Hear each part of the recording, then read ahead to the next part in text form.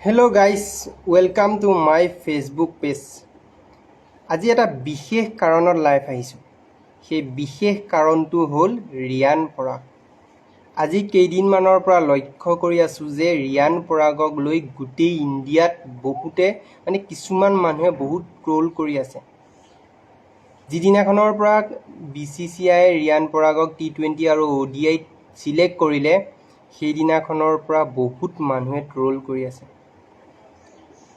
সিহঁতে হয়তো ৰিয়ান পৰাগৰ আগৰ ডমেষ্টিক ছিজনবিলাক চোৱা নাই। ডমেষ্টিক ছিজনবিলাক চালে এনেকুৱা কথাবোৰ গাই নাথাকিলেহেঁতেন।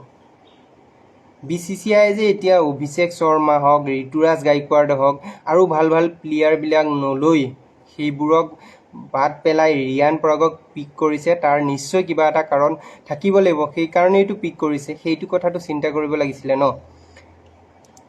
এতিয়া ৰিয়ান পৰাগে ডমেষ্টিক ছিজনত বিজয় হাজাৰী ট্ৰফি হওক, ৰঞ্জি ট্ৰফি হওক বা দেওধৰ ট্ৰফি হওক, তাত কণ্টিনিউ 6টাকে 50 মাৰিছে আৰু সৰ্বাধিক ৰান কৰিছে। ৰিয়ান পৰাগে 2024 IPLতো কিমান ধুনীয়া খেল খেলিছে, সকলোৱে সেইবোৰ চাইছে। চোৱাৰ উপৰিও কিয় নাজানো ইমান ট্ৰল কৰি আছে।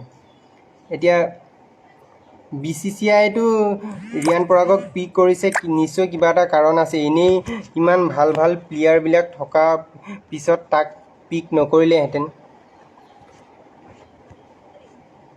সিদিনা অজিত আগৰকাৰ, চিফ ছিলেক্টৰ অজিত আগৰকাৰ আৰু গৌতম গম্ভীৰৰ প্ৰেছ কনফাৰেন্সত ৰিয়ান পৰাগৰ বিষয়ে সোধোতে কৈছে ৰিয়ান পৰাগ বহুত টেলেণ্টেড ক্ৰিকেটাৰ হয়, বহুত টেলেণ্ট আছে।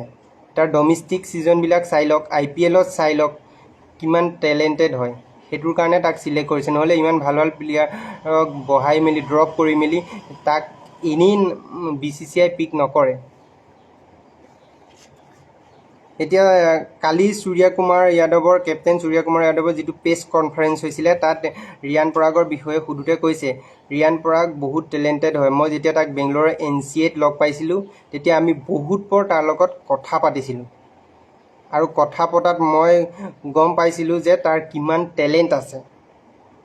ৰিয়ান পৰাগৰ ডমেষ্টিক ছিজনবোৰ চালে হয়তো গম পাব। এতিয়া কিছুমানে ডমেষ্টিক ছিজনবোৰ চোৱা নাই, সেইটোৰ কাৰণে যি টি কথা গাইছে, সেইটো বেলেগ কথা বাৰু। এতিয়া ৰিয়ান পৰাগক লৈ সূৰ্য কুমাৰ যাদৱে কৈছে যে ৰিয়ান পৰাগে এতিয়া নিজৰ গেমৰ ওপৰত ফ'কাছ কৰিব লাগে। যোনে যি গাই আছে, কোনোবাই ট্ৰল কৰিছে, সেইবোৰ ছাইডত ৰাখিব লাগে। নিজৰ যিটো কেৰিয়াৰ সেইটোৰ ওপৰত ফ'কাছ কৰি আগবাঢ়ি যাব লাগিব। নিজৰ খেলৰ ওপৰত গুৰুত্ব দিয়ক, ভাল ভাল খেল দেখুৱাই যিবিলাকে ট্ৰল কৰিছে সেইবিলাকো মুখ বন্ধ কৰিব লাগিব। যদি তাৰ নিশ্চয় গুণ থকাৰ খাতিয়ে ৰিয়ান পৰাগক পিক কৰিছে, নহ'লে সঞ্জু চেমছন হওক, ঋতুৰাজ গায়কোৱাড, অভিষেক শৰ্মা বা হাৰ্দিক পাণ্ডিয়া হওক, সূৰ্য কুমাৰ যাদৱৰ ৰিপ্লেচত ODIত ৰিয়ান পৰাগক পিক কৰিছে।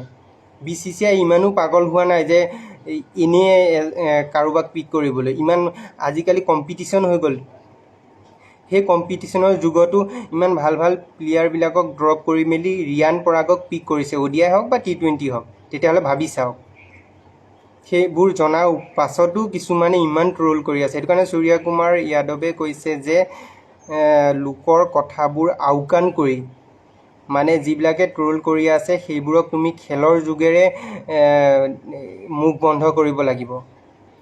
নিজৰ প্ৰদৰ্শন ভাল দেখুৱাব পাৰিলে সেই এতিয়া ট্ৰল কৰা মানুহবোৰেও এসময়ত ভাল বুলি স্বীকাৰ কৰিব লাগিব।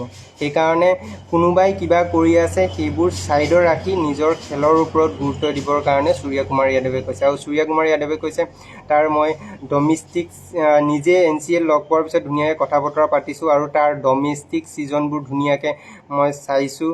তাৰপিছত IPLতো চবেই দেখিছেই ডমেষ্টিক ছিজনত কিমান ধুনীয়া খেল খেলিছে, সৰ্বাধিক ৰান বনাইছে।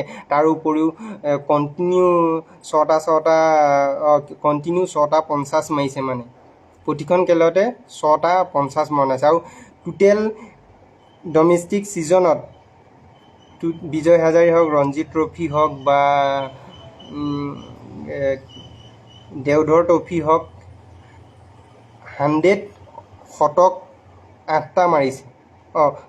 শতক 5টা মাৰিছে আৰু অৰ্ধশতক 58টা বনাইছে। ৰানো যথেষ্ট বনাইছে।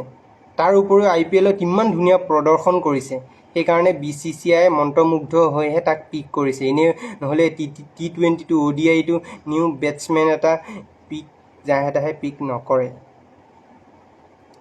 সূৰ্য কুমাৰ যাদৱে কৈছে ৰিয়ান পৰাগৰ বহুত টেলেণ্ট আছে, বহুত আগলৈ যাব পাৰিব, ইণ্ডিয়াৰ ফিউচাৰ হয়, গতিকে সেইকাৰণে BCCI পিক কৰিছে আৰু ময়ো তাক নিজৰ ফালৰ পৰা বহুত ভাল পাওঁ।